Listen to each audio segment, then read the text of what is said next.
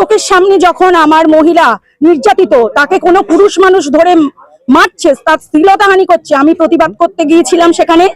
তারপরে আমরা আইন হাতে তুলে নিতে চাইনি বা নিয়েও নি, আমরা থানায় কমপ্লেন করেছিলাম। আমাদের আন্দোলন চলছে এবং চলবে। যে এরকম করেছে, অন্যায় করেছে, তার বিরুদ্ধে যদি যতক্ষণ না তার কোনো শাস্তি হয়, আমরা মহিলারা পথে আছি, পথে থাকবো। আমরা আগামী দিনে আরো গুরুতর আন্দোলনে আমরা যাব। আমি এখানে আন্দোলন রোডে একটা প্রাইভেট নার্সিংহোমে জব করি।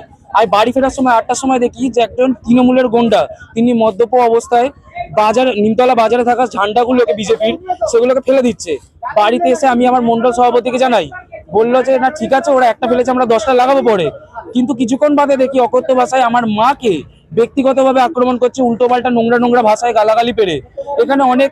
তারপরে হচ্ছে কি যে মন্ডল প্রেসিডেন্ট এবং আমাদের নেতৃত্ব লোকাল যারা আছে তারা এসে ওনাকে জিজ্ঞাসাবাদ করেছিল, আমি সেটার ভিডিও করেছি।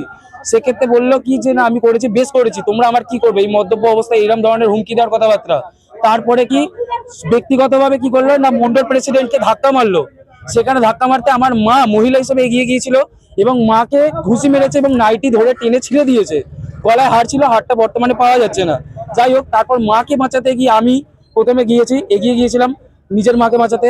তখন দেখলাম যে আমাকে এত জোর ঘুষি মেরেছে এবং পিছন দিক থেকে হয়তো কেউ টেনে দিয়েছে, যার জন্য আমার শোল্ডার এখন বর্তমানে ডিসলোকেট। আজকে সন্ধ্যাবেলা 6টার সময় ইন্ডাস নার্সিংহোমে ডক্টর ব্রিজেশ রায়ের আন্ডারে জেনারেল অ্যানেস্থেসিয়া দিয়ে এটা ওটি হবে, সেটিং করে বসাবে। তারপরে শুনেছি যেটা ব্যাপারটা, যে এইভাবে আমরা মা এবং ছেলে আক্রান্ত হওয়ার পর আমার কাকা ব্যক্তিগতভাবে কি করেছে, কাজ থেকে ফিরে স্কুটিটা রেখে মাকে বাঁচাতে গেছে, তখন ও আমার কাকাকেও মেরেছে মদ্যপ অবস্থায়, ওকে কেউ সামলাতে পারেনি।